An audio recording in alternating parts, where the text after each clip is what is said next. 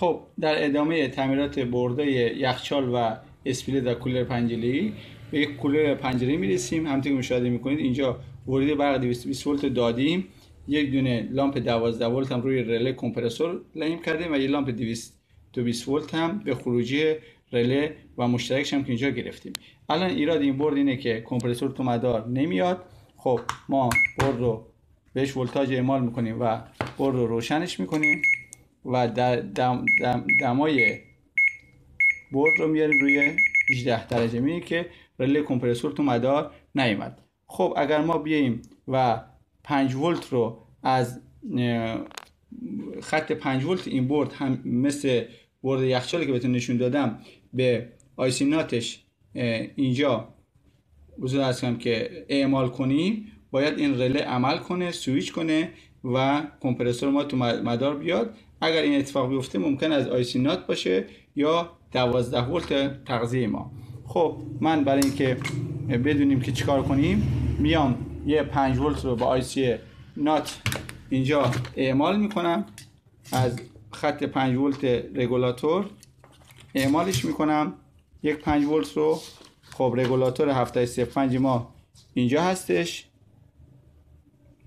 بله، و از اینجا یک 5 ولت رو ما باید اعمال کنیم به آیسی نات تا ببینیم اینجا یه دونه 5 ولت آماده کردیم و اینجا همونطور که مشاهده میکنید رله ما اینجا به این رله ما یک 12 ولت مثبت همونطور که توی مجموعه آموزشی قبلی گفتیم یک 12 ولت مثبت اینجا وجود داره، منتظر یک 12 ولت منفیه. اگر شما مدار رو ادامه بدین، مدار حضور عرض کنم که ببینیم به کدوم پایه آیسی نات میاد و باید تحریکش کنیم پای آیسی نات رو تا ببینیم که آیا میشه اینجا ما ببینیم که رله کمپرسور در مدار میاد یا نمیاد. خب حالا ما شروع میکنیم به تحریک کردن پایه های آیسی نات. آیسی نات ما اینجا مشاهده میکنید این آیسی نات هستش، معمولا ULN 2003 هستش که شمارش اینجا اگه دقیقا دیده بشه ULN 2003 هستش. ما هر کدوم از پایه های آیسی نات رو که تحریک کنیم یکی از رله های ما که اینجا میبینید به اضافه رله کمپرسور 1 2 3 4 5 رله کوچیک داره و یه رله کمپرسور، اینا تحریک میشن. خب دوباره برق رو به برد اعمال میکنیم و برد رو روشن میکنیم و دما رو میاریم پایین تا سنسورش بتونه، سنسور محیطی عمل کنه. همونطور که ملاحظه میکنید سنسور دما رو تشخیص داد ولی روشن نشد. ما به تک تک اینها ولتاژ رو اعمال کنیم. صدای رله های کوچیک رو میشنوید. اینجا نگاه کن، این رله کمپرسوره که رله کمپرسور داره تحریک میشه ولی کمپرسور تو مدار نیامد و لامپ 220 ولت ما روشن نشد. رله بعدی هستش و همچنین رله های بعدی، اینم بیزر هستش که از اینجا تحریک میشه. خب اینجا همونطور ملاحظه میکنید پایه شماره 2 رله کمپرسور هستش که لامپش روشن میشه و لامپش روشن میشه و حضورتون عرض کنم که کمپرسور تو مدار نیامد. یک بار سیم کشی رو چک کنیم. بله اینجا ظاهرا رله ما خراب هستش، با اون که رله داره عمل میکنه بوبینش، ولی همونطور که ملاحظه میکنید خود رله کمپرسور سویچ نکرد و لامپ ما چی روشن نشد. ما یک بار دیگه چک کنیم ببینیم. خب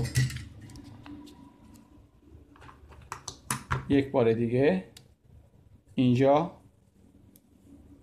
ما 220 ولت رو داریم و اینجا وقتی که ما داریم اینجا تحریک میکنیم میبینید رله خوب عمل نمیکنه. اینجا احتمالاً 12 ولت ما که باید ساخته بشه 12 ولت قوی نیست. معمولا توی این بردها تغذیه 12 ولت خوب عمل نمیکنه. بهتره که خازن تغذیه رو شما عوض کنید. خازن همونطور که ملاحظه میکنید 2200 میکروفاراد 35 ولت رو عوض کنید و 12 ولت شما یه 12 ولت خوب و قوی باشه که بتونه رله کمپرسور رو قشنگ سویچ کنه. الان 12 ولت میاد، ظاهرا 12 ولت که اینجا به این برد اسپلیت میاد 12 ولت مطلوب نیست و اونقدر قدرت نداره که بتونه چیکار کنه؟ رله کمپرسور رو تحریکش کنه. با تعویض خازن 2200 میکروفاراد 35 ولت یک ولتاژ خوب و مفید و مطلوب ساخته میشه و این ولتاژ خوب و مفید و مطلوب میتونه به راحتی رله کمپرسور ما رو جذب کنه، بوبین رله رو و حالت مکانیکش انجام بده و رله ما سویچ کنه و ولتاژ 220 ولت رو به کمپرسور اعمال کنه. خب امیدوارم که از این مجموعه آموزشی استفاده برده باشید و به راحتی بتونید بردهای اسپلیت، بردهای کولر و بردهای یخچال رو تعمیر کنید.